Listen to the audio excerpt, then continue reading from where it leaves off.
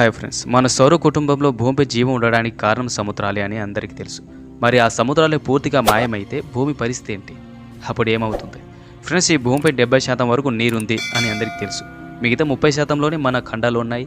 450 కోట్ల సంవత్సరాల వయసున్న భూమిపై జీవరాశులు ముందుగా పుట్టింది సముద్రాల్లోనే. ఆ తర్వాత వాటిలో కొన్ని భూమిపై రావడం, అలాగే భూమిపై జీవించడం అలవాటు చేసుకున్నాయి. కప్పలు, పాములు, తాబేళ్లు వంటివి అటు నీటిలో ఇటు భూమిపై కూడా జీవించగలుగుతున్నాయి కూడా. అలాంటి భూమిపై ఉన్న మహాసముద్రాల్లో నీరు ఇంకిపోవాలంటే కొన్ని ఏళ్ల పట్టచ్చు. మరి ఆ నీటిని మనం భూమి లోపలికి పంపించాలంటే ఎంత సైజు ఉన్న పంపును భూమి లోపలికి వేస్తే అందులో నుంచి నీరు భూమి లోపలికి ఇంకిపోతే చెప్పండి. అయితే ఫ్రెండ్స్, ఇలా జరగాలంటే కొన్ని లక్షల సంవత్సరాలు పడుతుంది. మరి అలా కాకుండా మొత్తం సముద్రంలోని నీరు నిమిషంలో మాయమైతే అప్పుడు ఏమవుతుంది? ఇప్పుడు మనం తెలుసుకుందాం. ఫ్రెండ్స్, సముద్రంలో నీరు మాయం కాగానే ముందుగా ఈ సమస్యను ఎదుర్కొనేది స్కిమ్మర్లు, సైలర్లు, అలాగే క్రూయిజ్ నౌకలోని ప్రయాణికులే. వీళ్లపైనే ముందుగా ప్రవాహం పడుతుంది. నీరు మాయమైన సెకండ్లో స్కిమ్మర్లు డైరెక్ట్గా సముద్ర గర్భంలోని ఇసుకలు పడతారు. అలాగే నౌకలు కూడా సముద్ర గర్భంలో పడి పేలిపోతాయి. ఇక్కడ మీకు చిన్న డౌట్ రావచ్చు, ఏంటంటే నౌక ఎలా పేలిపోతాయని. సముద్రాలు చాలా లోతుగా ఉంటాయి కాబట్టి అంత దూరం నుంచి కింద పడి పేలిపోతాయి అన్నమాట.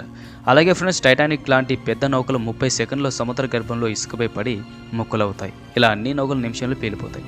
అలాగే ఎప్పుడైతే నీరు లేదో సముద్రంలో తిమింగలాలు, చేపలు, డాల్ఫిన్లు, అలాగే సముద్రంలో జీవించే అన్ని జీవరాశులు చనిపోతాయి. తాబేలు వంటివి బతికినా అవి కూడా త్వరలోనే చనిపోతాయి అన్నమాట. ఎందుకంటే అవి నీటిలోనే ఎక్కువగా జీవిస్తాయి కాబట్టి బయట వాతావరణంలో ఎక్కువగా రోజులు జీవించలేవు. అలాగే సముద్రంలో వాటర్ ఎండిపోతే ఎలా ఉంటుందో అందరికీ తెలిసి ఉంటుంది. ఫ్రెండ్స్, అక్కడి జీవరాశి చనిపోవడం వల్ల కొన్ని రకాల మొక్కలు, ముఖ్యంగా మానవులు వాడి పడేసిన ప్లాస్టిక్ వ్యర్థాలు, ప్లాస్టిక్ బాటిల్ వంటివి కనిపిస్తాయి. అలాగే విరిగిపోయిన నౌకలు విడి భాగాలు కనిపిస్తాయి కూడా. అలాగే ఎన్నో శతాబ్దాలుగా సముద్ర గర్భంలో కూలిపడి ఉన్న నౌకలన్నీ అప్పుడు కనిపిస్తాయి కూడా. ముఖ్యంగా ఫ్రెండ్స్, సముద్రాల వల్లే మేఘాలు ఏర్పడతాయని అందరికీ తెలుసు. అవే భూమిపైకి వచ్చి వర్షంగా కురుస్తాయని అందరికీ తెలుసు.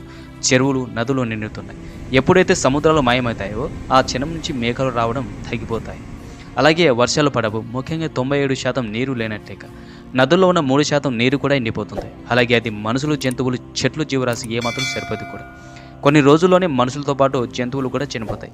మొక్కలు మాత్రం కొన్ని వారాల పాటు బతికి ఆ తర్వాత అవి కూడా వేడి గాలులకు చనిపోతాయి. కొన్ని నెలల్లోనే అడవులు పూర్తిగా నాశనం అయిపోతాయి అన్నమాట. అయితే ఫ్రెండ్స్, కొన్ని సంవత్సరాల్లోనే భూమిపై జీవం అన్నదే ఉండదు.